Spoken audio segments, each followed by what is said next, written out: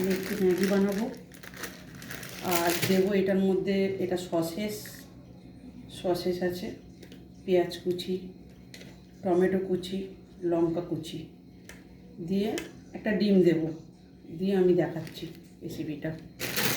ম্যাগিটা আমি একটু বসিয়ে নেবো, তারপর আমি দেখাচ্ছি।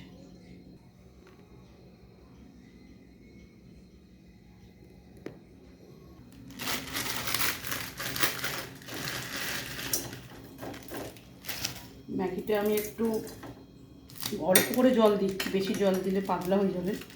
আর ম্যাগি মশলাটা আমি লাস্টে দেবো। আর এইগুলো আমি একটু স্যালাডভাবে ছোটো ছোটো করে কেটে নেব।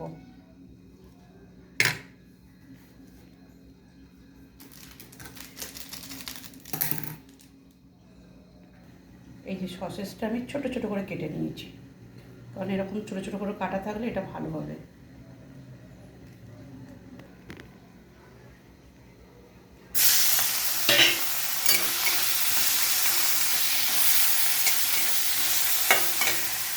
সসেসটা আমি একটু ভেজে নিলাম,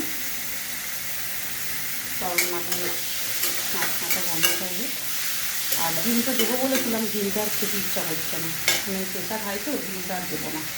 তোমরা পারলে এর মধ্যে ডিম অ্যাড করবে। সসেসগুলো ভাজা হয়ে গেছে, তুলে নিচ্ছি। এরপর আমি একটু পেঁয়াজ দেবো, পেঁয়াজটা দিয়েছি। আর ম্যাগিটা আমার একটু হয়ে গেছে। এরকম করে একটু ম্যাগি বানিয়ে খাবে, ভালো লাগবে। যদি এটা না থাকে অন্তত শুধু ডিম দিয়ে, টমেটো দিয়ে, পেঁয়াজ দিয়ে নিলে খাবে, ভালো লাগবে। তার সময় জল ম্যাগি ভালো লাগে না। আচ্ছা, ডিম দেবো না বলেছিলাম, লাস্টে ডিমটা অ্যাড করলাম, কারণ ভালো লাগবে না ডিম না দিলে।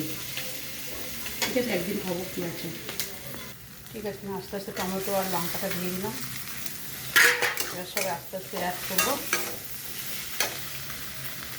আস্তে আস্তে দেখো কী সুন্দর দেখতে হচ্ছে। ডিম, টমেটো, কাঁচা লঙ্কা।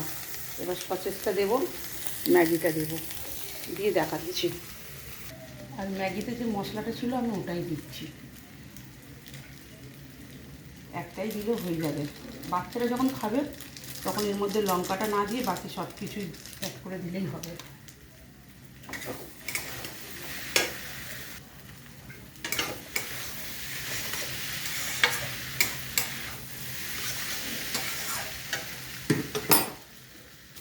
তো সব কিছু দেওয়ার পর এরকম সুন্দর কালার এসছে।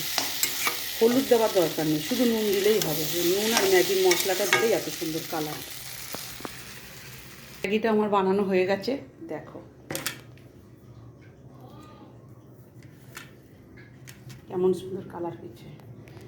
এরকম বাচ্চাদের বানিয়ে দিলে চটপট, বেশিক্ষণ লাগে না, 10 মিনিট লাগলো, 10 মিনিট হয়ে গেল। ঠিক আছে, টাটা।